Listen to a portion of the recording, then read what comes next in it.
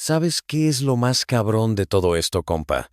Que el cártel más poderoso de México, el que durante décadas movió el mundo del narcotráfico como si fuera un tablero de ajedrez, está muriendo. Y no de un balazo, no de un operativo, sino desangrándose desde adentro, pedazo por pedazo. Imagínate por un segundo que todo ese imperio que construyó el Chapo Guzmán durante más de 3 décadas, toda esa red que alcanzó cada rincón de la frontera, que convirtió a Sinaloa en sinónimo de poder, está hoy convertido en un campo de batalla, donde hermanos se matan entre sí, donde aliados de toda la vida se traicionan, y donde el único ganador es el caos. Y todo empezó hace exactamente 10 años, compa.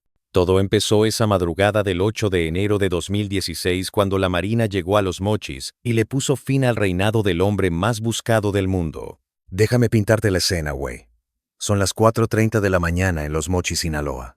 La ciudad todavía está dormida, las calles vacías, el silencio de esas horas donde nadie debería estar despierto. Pero esa mañana, todo cambió. Los infantes de Marina de México, en coordinación con agentes de la DEA, tenían meses siguiendo el rastro de Joaquín Guzmán Loera.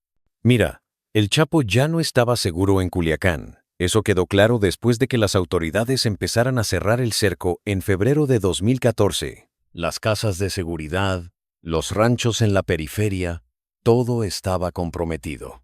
Así que el capo se movió y se fue a esconder justo donde nadie esperaba encontrarlo, en una ciudad costera, en un hotel normal, viviendo como cualquier persona común y corriente. Pero la inteligencia militar ya lo sabía, compa. La Operación Gárgola llevaba funcionando desde 2014 y cada movimiento del Chapo estaba siendo monitoreado.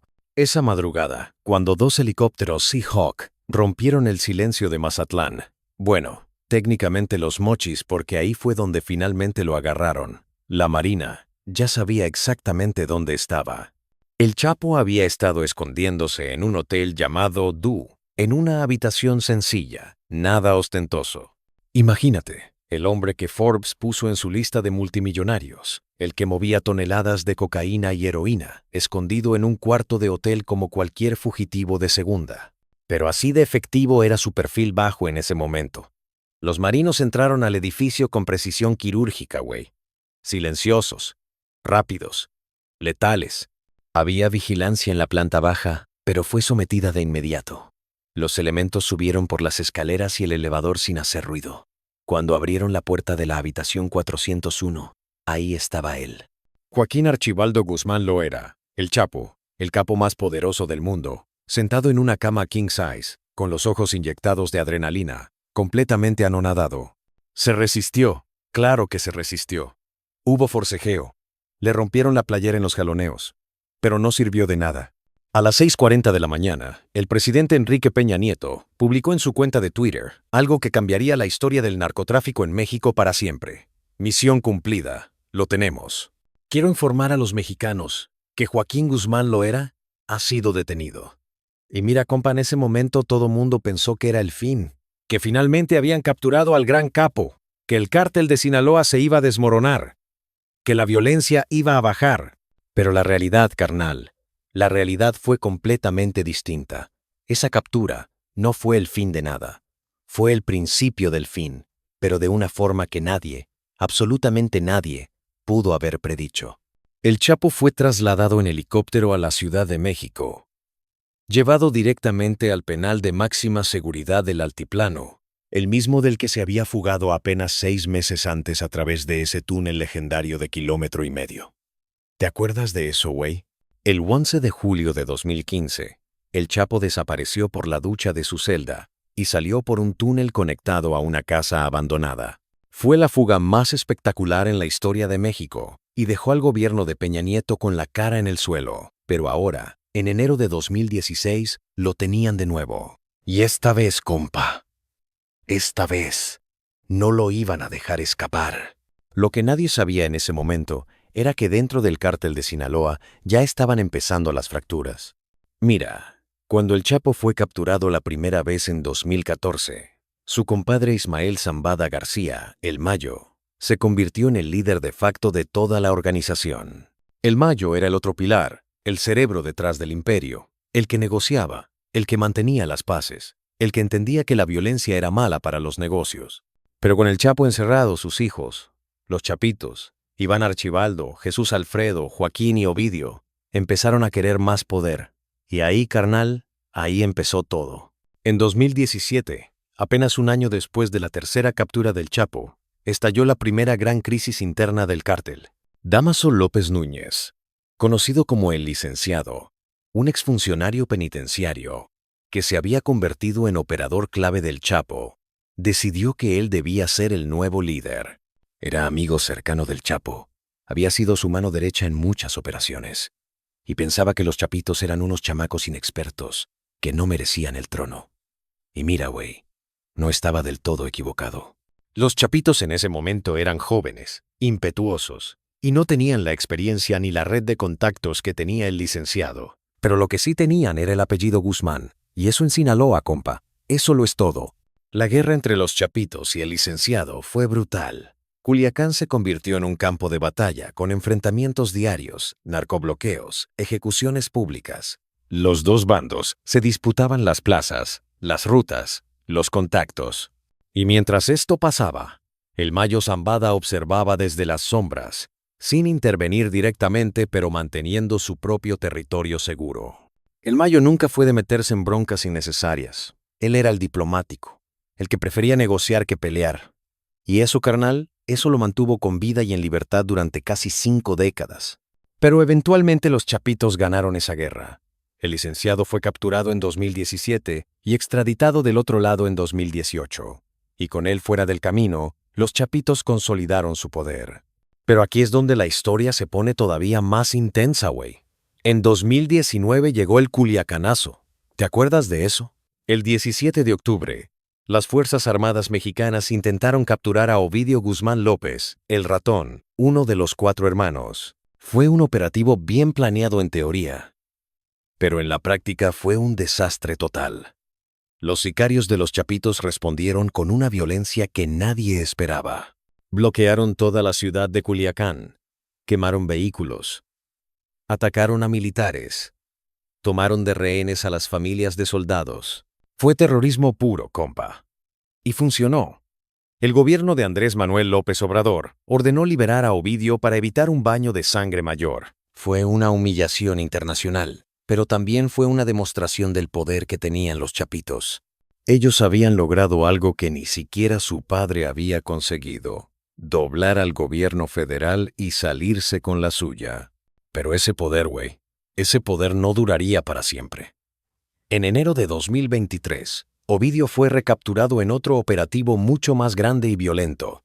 Esta vez el gobierno no cedió. Hubo enfrentamientos, muertos de ambos lados. Pero Ovidio terminó en manos de las autoridades y fue extraditado del otro lado en septiembre de 2023. Y ahí, compa, ahí empezó el verdadero colapso del cártel de Sinaloa tal como lo conocíamos. El 25 de julio de 2024 pasó algo que nadie vio venir. Ismael Zambada García, el Mayo, el cofundador del cártel de Sinaloa, el hombre que había evadido la justicia durante casi 50 años, fue arrestado en El Paso, Texas. Pero no fue capturado en un operativo.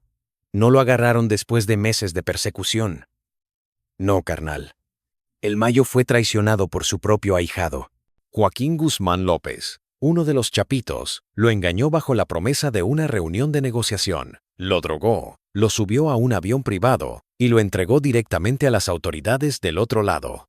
Fue una traición de esas que se leen en las películas de la mafia italiana, güey.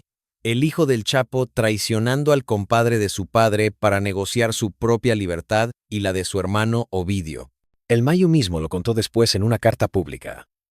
Dijo que lo citaron a una reunión supuestamente con el gobernador de Sinaloa y otras personas, pero cuando llegó al rancho lo golpearon, lo esposaron, lo metieron a un avión y lo llevaron contra su voluntad del otro lado. Y cuando esa carta se hizo pública, compa, cuando todos en Sinaloa se enteraron de lo que había pasado, se desató el infierno.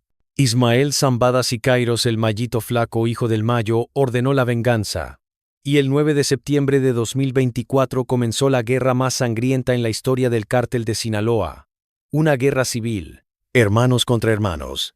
Chapitos contra Mayiza. ¿Y sabes qué es lo más cabrón de todo esto, güey? Que esta guerra no es como las anteriores. No es un cártel contra otro cártel peleando por territorio. Es la misma familia, la misma organización, desangrándose desde adentro. ¿Y los números, compa? Los números son escalofriantes. En los primeros 16 meses de guerra, de septiembre de 2024 a enero de 2026, han muerto más de 2,000 personas solo en Sinaloa. Más de 862 desaparecidos. 60 menores de edad asesinados. Pueblos enteros han sido abandonados. La gente huyendo del fuego cruzado. La economía del estado está paralizada. Los negocios cerrados. El turismo colapsado. Sinaloa, que era la cuna del narcotráfico, pero que al menos tenía cierta paz relativa, se convirtió en una zona de guerra. Y mira, compa, déjame explicarte quiénes son los jugadores en esta guerra porque es importante entender la dinámica. De un lado están los Chapitos, liderados por Iván Archibaldo Guzmán Salazar y Jesús Alfredo Guzmán Salazar. Son los hijos del Chapo, que todavía están libres. Porque Ovidio y Joaquín ya están encerrados del otro lado, negociando sus sentencias. Iván, conocido como el Chapito, es el mayor y el líder de facto. Es inteligente, violento, cuando necesita serlo, y tiene algo de la astucia de su padre. Jesús Alfredo, el Alfredillo, es más bajo perfil pero igual de importante en las operaciones del cártel. Del otro lado está la Malliza, la facción leal al Mayo Zambada, ahora liderada por el Mallito Flaco. El Mallito Flaco nació en 1982, tiene 43 años ahora en 2026, y fue entrenado desde joven por su padre para este mundo. Es el último hijo del Mayo que todavía está libre y operando, porque sus hermanos Vicente Zambada Niebla, el Vicentillo, está del otro lado como testigo protegido después de cooperar en el juicio del Chapo. Serafín Zambada fue capturado en 2013, y el Mallito Gordo también pasó tiempo encerrado. La Malliza tiene como aliados a operadores históricos del cártel. Gente como Alfonso Limón Sánchez, conocido como Poncho Limón, que se fugó de un penal en 2017 y es uno de los más leales al clan Zambada. Juan José Ponce Félix, el ruso, que controla Mexicali y Sonora con su grupo Los Rusos. Crispín Salazar Zamorano de los Salazar, que antes eran aliados de los Chapitos, pero se voltearon después de todo lo que pasó con Ovidio. Y Fausto Isidro Mesa Flores, el Chapo Isidro, líder del cártel de Guasave, que hizo una alianza operativa con la Malliza para enfrentar a los Chapitos. Son veteranos, güey. Gente que lleva décadas en esto, que conoce el terreno, que tiene experiencia. Los Chapitos, por su parte, también tenían su estructura de seguridad y operadores clave. O bueno, tenían, porque aquí es donde la cosa se pone todavía más heavy, compa. En diciembre de 2025, apenas hace unas semanas, los Chapitos sufrieron los golpes más duros de toda esta guerra. En 72 horas perdieron 5 operadores clave. 5, güey. Gente del círculo más cercano de Iván Archibaldo. Y no estamos hablando de sicarios de bajo nivel, no. Estamos hablando de los pilares de la organización. El 21 de diciembre, un domingo por la noche, en un restaurante de la Zona Rosa en la Ciudad de México, fue asesinado Óscar Noé Medina González, conocido como el Panu. El Panu era el jefe de seguridad de los Chapitos, el número 2 en toda la estructura, solo por debajo de Iván Archibaldo. Del otro lado, ofrecían $4 millones por información que llevara a su captura. Era uno de los operadores más importantes del cártel, responsable de la seguridad de los líderes, del traslado de drogas, de la coordinación del tráfico de fentanilo. Estuvo involucrado en el Culiacanazo de 2019, en ataques coordinados en Ciudad Juárez en 2022, en el secuestro y tortura de agentes federales. Era un tipo peligroso, violento, efectivo. Esa noche del 21 de diciembre, el Panu estaba cenando con su familia en el restaurante Luau, en la calle Niza, Colonia Juárez. Estaba con su esposa, sus hijos, las nanas, su mamá, un primo. Una cena familiar normal. Había llegado a la Ciudad de México 2 días antes desde Mazatlán para pasar la Navidad con la familia. Estaba usando una identidad falsa. Documentos a nombre de Óscar Ruiz, un supuesto chofer de Jonacatepec, Morelos. Pero alguien sabía dónde estaba, compa. Alguien lo vendió. Porque a las 21 horas, justo cuando terminó de comer, un hombre robusto, con gorra hacia atrás y cubrebocas, entró al restaurante, caminó directo a su mesa y sin decir una palabra, le vació el cargador. 12 disparos, güey. En el rostro, pecho, espalda, brazos. Fue ejecución pura. El sicario salió caminando, subió a una motocicleta y desapareció en Reforma. Después se escondió en el centro comercial Reforma 222. Se cambió de ropa en los baños y se esfumó. La Fiscalía de la Ciudad de México confirmó días después que la víctima era efectivamente el Panu, identificado por huellas dactilares. Pero ahí no terminó la sangría, compa. 2 días después, el 23 de diciembre, fueron capturados Mario Lindoro Elenes, de 69 años, conocido como El Niño, y Mario Alfredo Lindoro Navidad, de 44 años, alias El 7. ¿Y sabes quiénes eran? El suegro y el cuñado de Iván Archibaldo, su propia familia política. Ambos eran operadores financieros clave de los Chapitos, responsables del lavado de dinero, del manejo de cuentas, de pagar sobornos. Fueron detenidos en operativos simultáneos en Zapopan, Jalisco. Las autoridades catearon 2 domicilios y les aseguraron 7 bolsas con droga, 4 armas cortas, cartuchos, cargadores, 2 camionetas, un vehículo de alta gama, una motocicleta, equipos de telefonía y dinero en efectivo. Después fueron trasladados al penal de Puente Grande y el 30 de diciembre les dictaron prisión preventiva oficiosa. Y aquí es donde todo se pone más turbio, güey. Según el periodista especializado José Luis Montenegro, estas capturas y el asesinato del Panu no fueron coincidencia.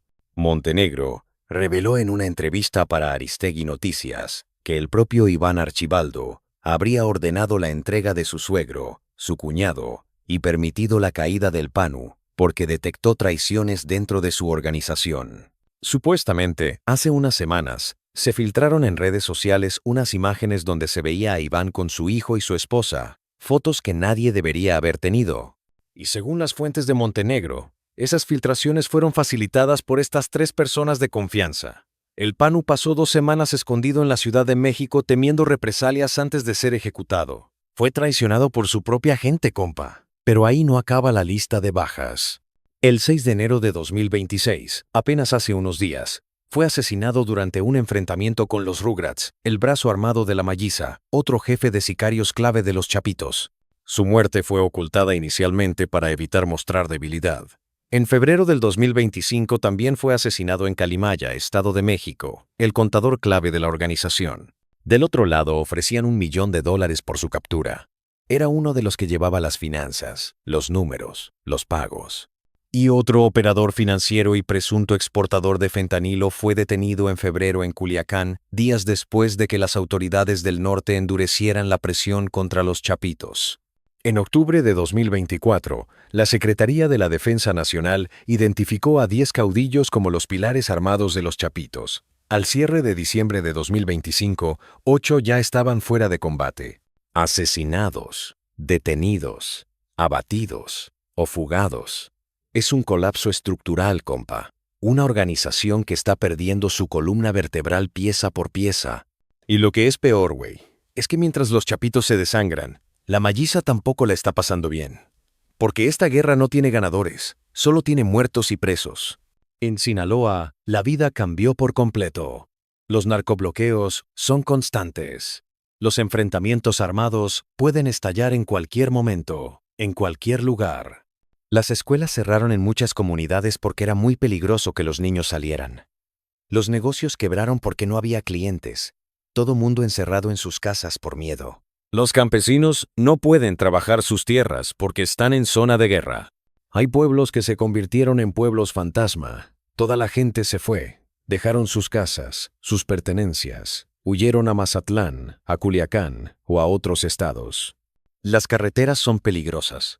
Nunca sabes si te vas a topar con un retén de sicarios o si vas a quedar en medio de un enfrentamiento. El 7 de abril de 2025, durante la madrugada, civiles armados irrumpieron en el Centro de Rehabilitación Shaddai en la colonia San Miguel en Culiacán.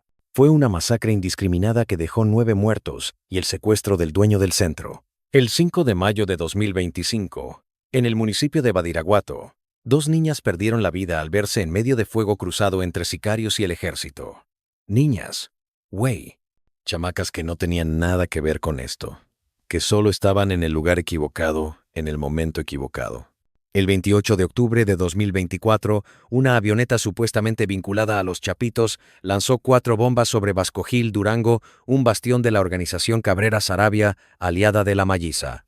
Bombas desde aviones, compa. Esto ya no es narcotráfico. Esto es guerra. Y si crees que solo Sinaloa está sufriendo, déjame decirte que esta guerra se extendió a otros estados.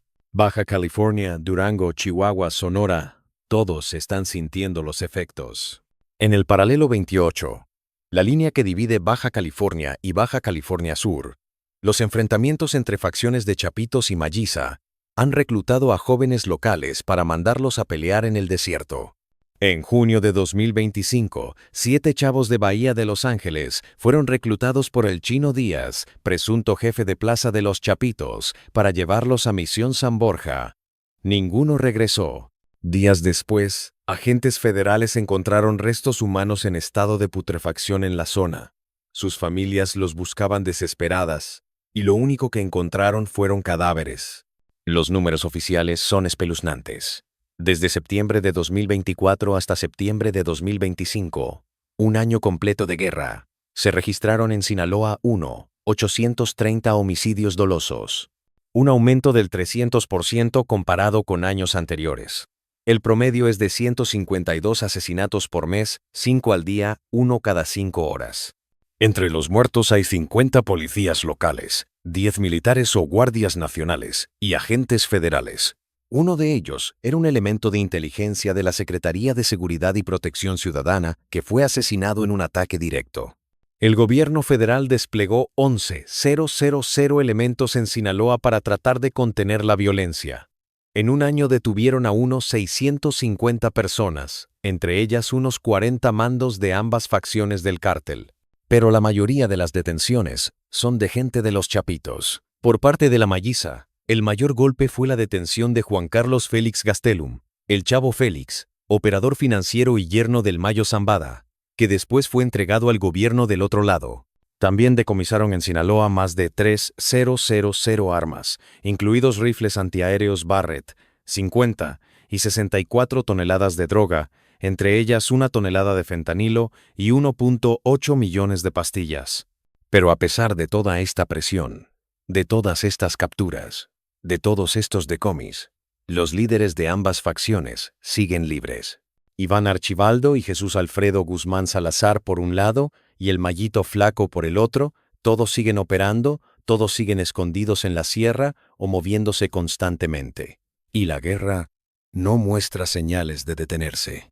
Aquí es donde la historia toma un giro todavía más inesperado, compa. Porque los Chapitos, viéndose contra la pared, sin operadores clave, sin estructura financiera sólida, sin jefes de seguridad confiables, hicieron algo impensable. Algo que hace 10 años habría sido imposible de imaginar.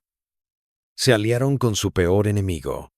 Se aliaron con el Cártel Jalisco Nueva Generación. Déjame explicarte por qué esto es tan heavy, güey.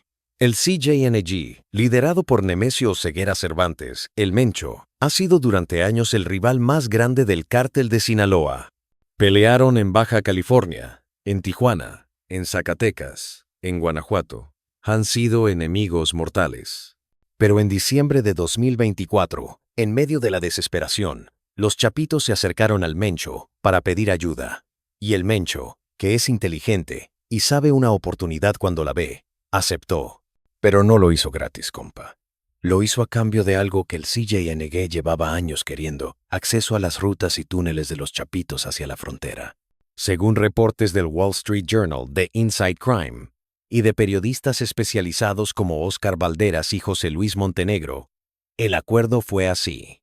El CJNG proporcionaría armas, dinero, combatientes y protección a los Chapitos.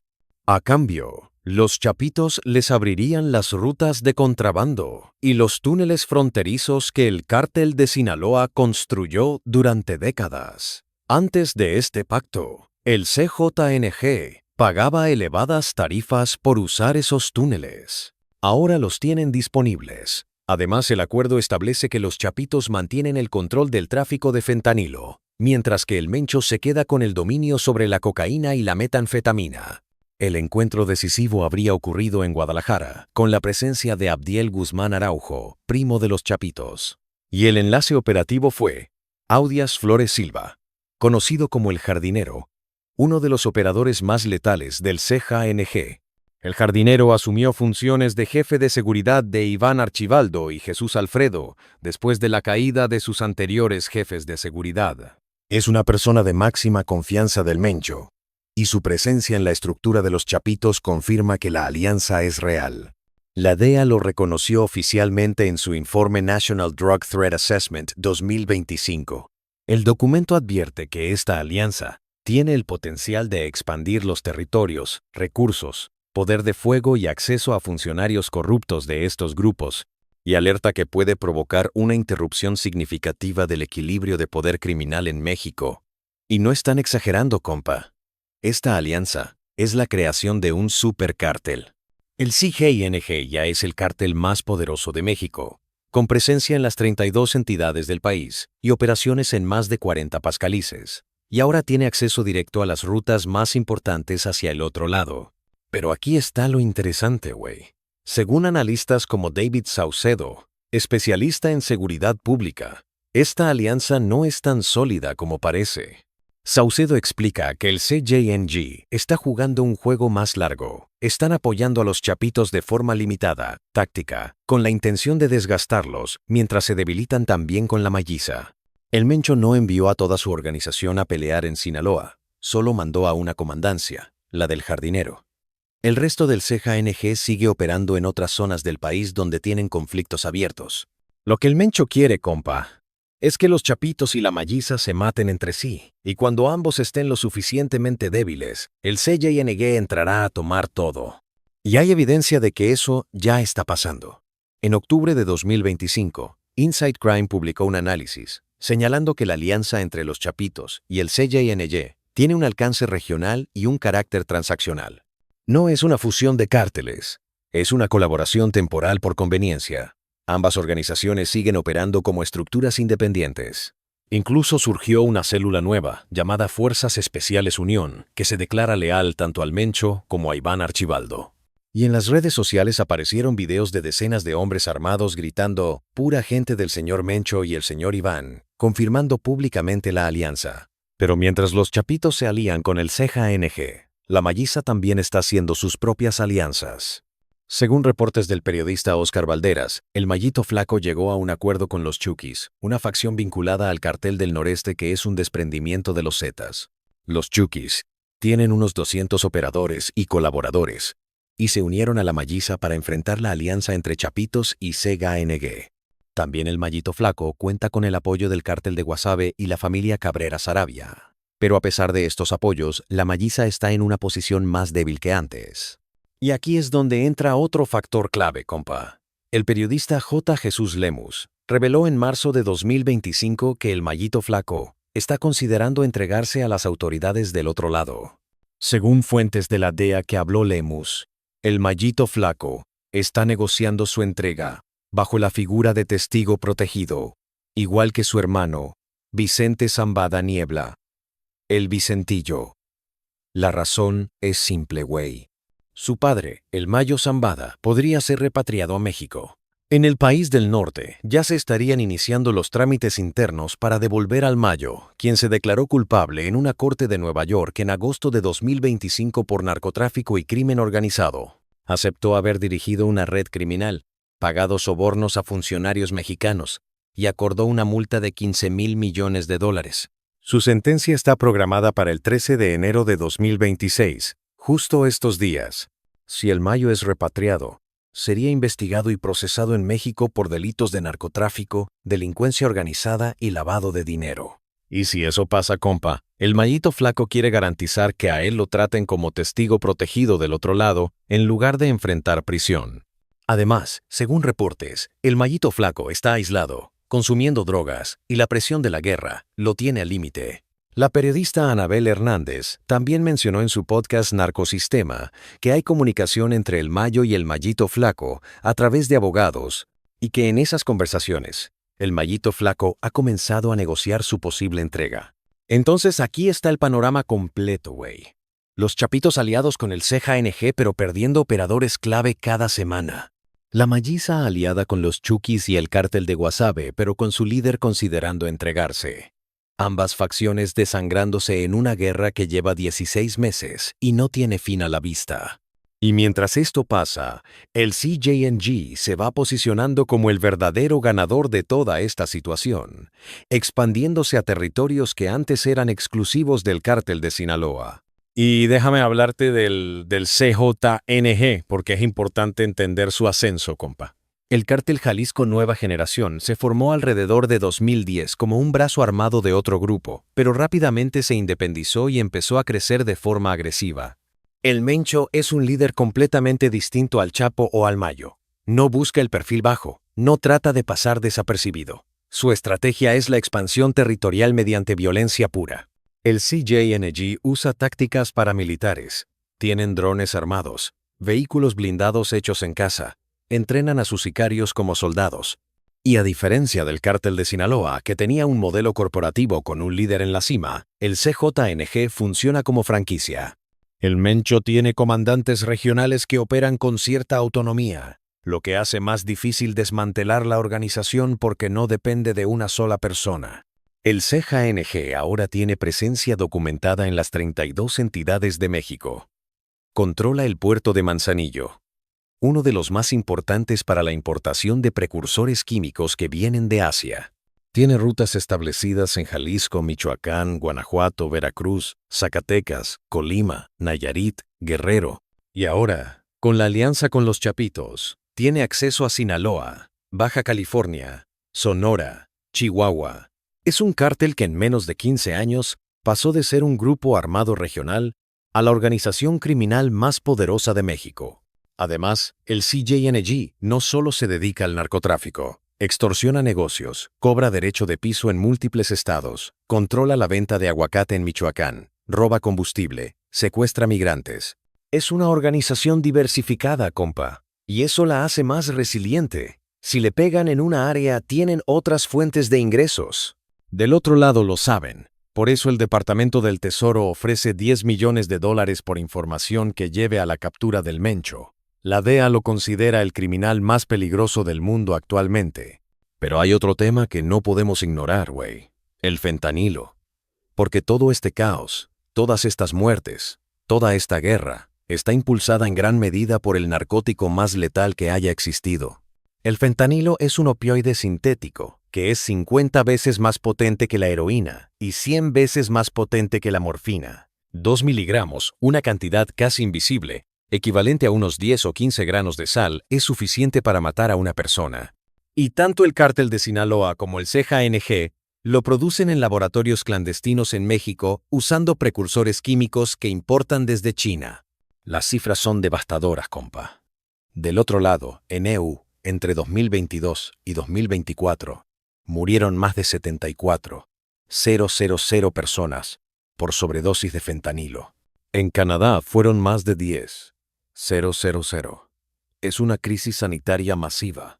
Y aunque en 2024 y 2025 las muertes empezaron a bajar un poco, todavía estamos hablando de decenas de miles de personas muriendo cada año. Y casi todo ese fentanilo viene de México. La DEA señala que los dos cárteles principales responsables son el cártel de Sinaloa y el CJNG. Los laboratorios están en Sinaloa, Jalisco, Sonora, Durango. Producen toneladas del polvo. Lo prensan en pastillas falsificadas que parecen medicamentos recetados como Percocet o Xanax, y las trafican a través de la frontera. En México, el consumo de fentanilo también está aumentando, aunque el gobierno federal lo ha negado. Según el Informe Mundial sobre las Drogas 2025 de la Oficina de las Naciones Unidas contra la Droga y el Delito, el fentanilo provocó en México un incremento significativo en el número de casos de personas en tratamiento por consumo de drogas entre 2018 y 2023.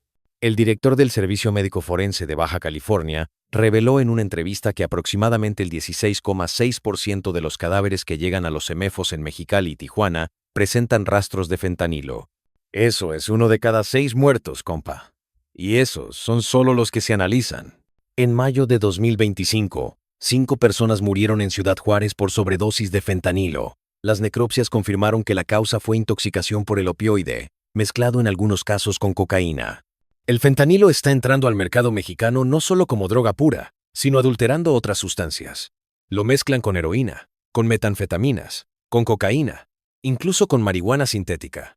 La gente consume sin saber que lo que están comprando tiene fentanilo, y una sola dosis puede ser letal. Y aquí está el negocio, güey. El fentanilo es barato de producir comparado con la cocaína o la heroína. No necesitas cultivar campos de amapola, ni esperar meses para cosechar. Compras los precursores químicos, que vienen principalmente de China, los mezclas en un laboratorio clandestino, y en cuestión de horas, tienes kilogramos de un narcótico extremadamente potente. Además, como es tan potente, puedes cortar más producto. 1 kilo de fentanilo puro puede convertirse en decenas de miles de dosis. La ganancia es exponencial y el riesgo es relativamente bajo comparado con otros narcóticos. Por eso todos los cárteles se metieron al negocio del fentanilo. Es oro, compa. Es el narcótico más rentable que haya existido. Pero también es el más letal. Y ahí está el dilema moral, güey. Estos cárteles están matando a decenas de miles de personas cada año, solo del otro lado, sin contar las muertes en México y en otros países. Y no les importa. Para ellos son solo números, solo clientes, solo un negocio. El Chapo alguna vez dijo en una entrevista con Kate del Castillo y Sean Penn que él solo proveía un servicio, que si no lo hacía él lo haría otro, que la demanda estaba ahí de todas formas. Y técnicamente no estaba equivocado. Pero esa lógica ignora el costo humano, el sufrimiento, las familias destruidas, las vidas perdidas. El gobierno de Trump, que tomó posesión en enero de 2025, designó al fentanilo ilícito y sus precursores químicos como armas de destrucción masiva. Es la primera vez que una droga recibe esa clasificación. Y aunque es en parte retórica política, también refleja la seriedad de la crisis. Trump amenazó con imponer aranceles a México si no hacía más para detener el flujo de fentanilo. La presidenta Claudia Sheinbaum respondió reforzando la seguridad en la frontera con 10,000 elementos de la Guardia Nacional y aumentando los decomisos. En el año fiscal 2025, que va de octubre de 2024 a septiembre de 2025, hubo una caída del 46% en la incautación de fentanilo en la frontera con México comparado con el año anterior. Eso es significativo, compa. Pero aún así se decomisaron miles de kilogramos. Ahora, déjame ponerlo todo en perspectiva, güey. Hace 10 años, cuando el Chapo fue capturado el 8 de enero de 2016, el cártel de Sinaloa era el cártel más poderoso del mundo. Controlaba rutas clave, tenía presencia en todo México y en más de 50 países.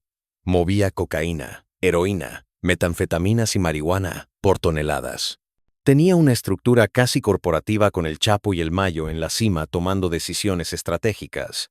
Había paz interna, acuerdos con otros cárteles, y aunque había violencia, era violencia controlada. El cártel se enfocaba en el negocio, no en guerras sin sentido. Dono promenteresca, dono promenteresca, dono promenteresca, dono promenteresca, dono promenteresca, dono promenteresca. Dono promenteresca, dono promenteresca, dono promenteresca, dono promenteresca. Hoy, 10 años después, en enero de 2026, el cártel de Sinaloa está fracturado, desangrado, muriendo. Los chapitos están aliados con su peor enemigo, el CJNG, porque no tienen otra opción. Han perdido operadores clave, jefes de seguridad, operadores financieros. Están contra la pared. La Malliza está peleando pero también perdiendo territorio, y su líder está considerando entregarse. Sinaloa vive una guerra civil que ha dejado más de 2,000 muertos en 16 meses. Pueblos enteros están abandonados. La economía del estado colapsó, y el CJNG, que hace 10 años ni siquiera existía como lo conocemos hoy, es ahora el cártel más poderoso de México. La fragmentación del narcotráfico es total, compa. En los años 90 había 6 cárteles dominantes en México. Sinaloa, Tijuana, Juárez, Golfo y un par más. Hoy en 2026 hay más de 400 grupos criminales activos en el país. Algunos son grandes como el CJNG, el Cártel de Sinaloa, el Cártel del Noreste. Otros son medianos como la familia michoacana, los Viagras, los Rojos, Guerreros Unidos. y cientos son células pequeñas que operan en regiones específicas. Esta fragmentación es producto de la estrategia de descabezar a los cárteles que empezó con Felipe Calderón en 2006.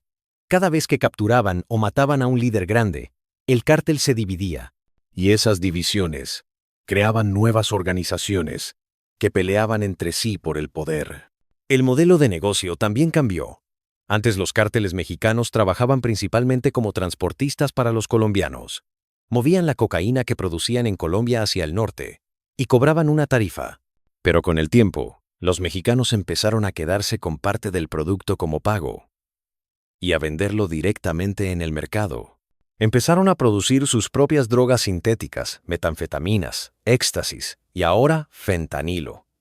Ya no dependían de Colombia. Se convirtieron en productores y distribuidores completos. Y el fentanilo cambió todo porque es la droga más rentable que haya existido. También cambió la relación con las comunidades. El Chapo y el Mayo tenían una imagen de benefactores en Sinaloa. Construían escuelas, pavimentaban calles, daban dinero a la gente pobre. Era narcopopulismo, compa, pero funcionaba. La población los veía como proveedores, como patrones que cuidaban de su gente. Hoy, esa imagen está destruida. Los Chapitos y la Malliza no son vistos como benefactores, son vistos como verdugos. La gente de Sinaloa está cansada de la violencia, de los bloqueos, de los muertos, de vivir con miedo. Y el gobierno mexicano, güey, el gobierno ha probado diferentes estrategias y ninguna ha funcionado. Calderón declaró la guerra frontal contra los cárteles, y el resultado fueron más de 120,000 muertos en su sexenio. Peña Nieto siguió con la misma estrategia pero tratando de bajarle el perfil mediático. López Obrador apostó por abrazos, no balazos, tratando de atacar las causas de raíz de la violencia, invirtiendo en programas sociales, pero los homicidios nunca bajaron. Y ahora con Claudia Sheinbaum, que es la primera presidenta mujer de México, se está probando un enfoque más coordinado con despliegues masivos de la Guardia Nacional y capturas selectivas. Pero el problema es estructural, compa. Mientras haya demanda del otro lado, mientras el fentanilo siga siendo tan rentable, mientras no haya oportunidades económicas reales en las comunidades, el narcotráfico va a seguir existiendo. Entonces, ¿qué viene para 2026? Déjame darte algunas predicciones basadas en todo lo que hemos visto, güey.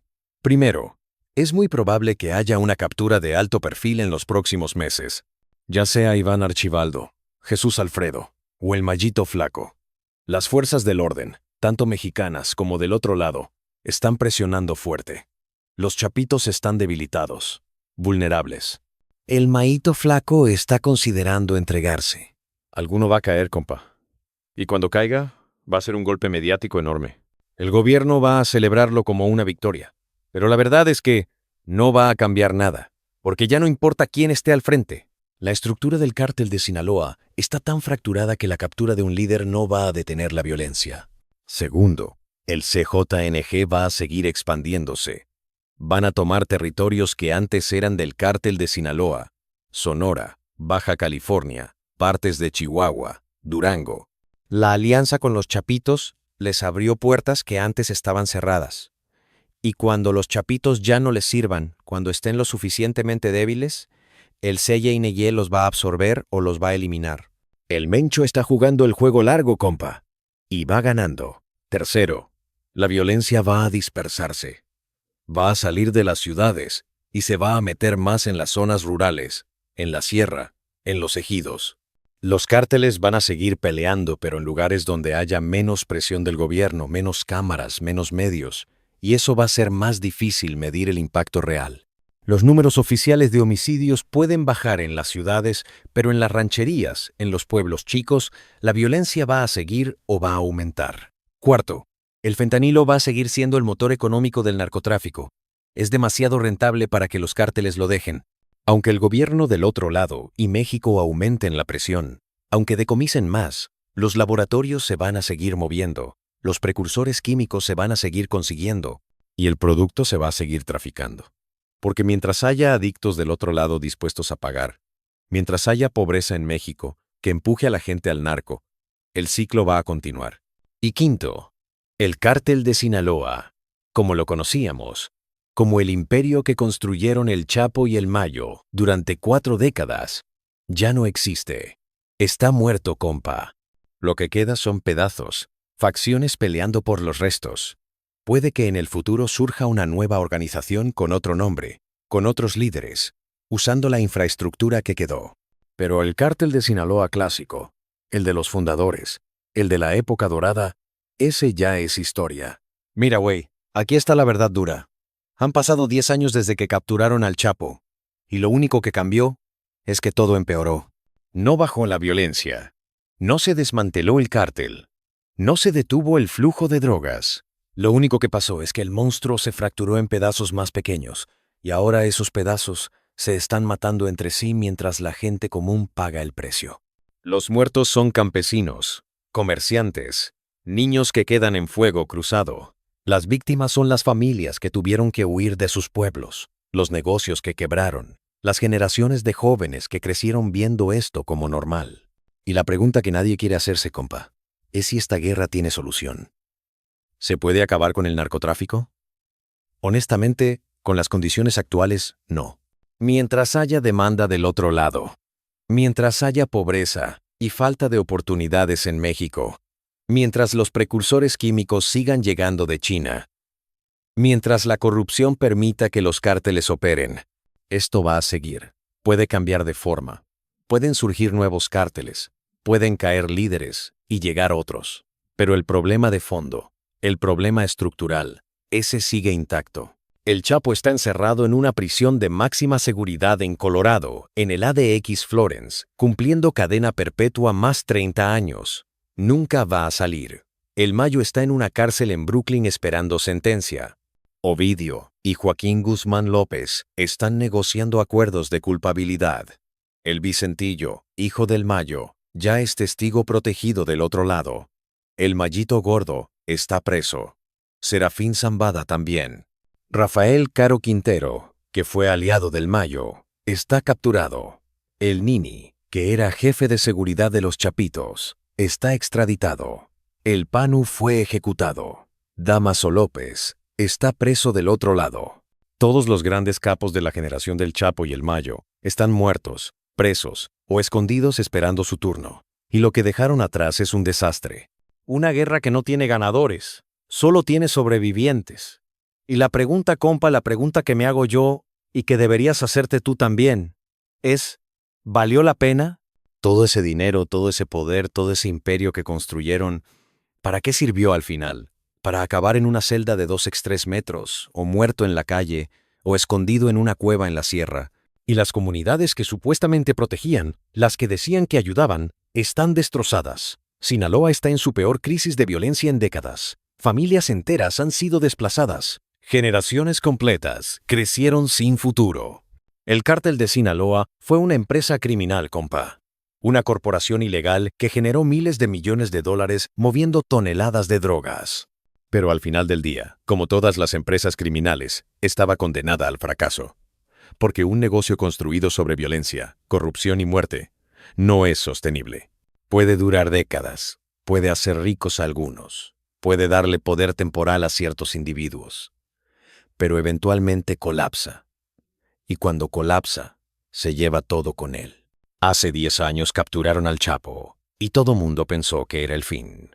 Pero en realidad fue el principio del fin. El principio de una guerra fratricida que todavía no termina. El principio del ascenso del CJNG. El principio de la era del fentanilo. El principio de la fragmentación total del narcotráfico en México. Y mientras escribo esto, mientras tú lees o escuchas esto, en algún lugar de Sinaloa hay un enfrentamiento. Hay sicarios disparando. Hay familias escondiéndose en sus casas. Hay un niño que no puede ir a la escuela porque la carretera es peligrosa.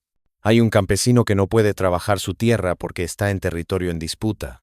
Hay una madre buscando a su hijo desaparecido. Hay un padre identificando el cuerpo de su hija en el CEMEFO. Esa es la realidad. Güey, esa es la herencia de 10 años sin el Chapo.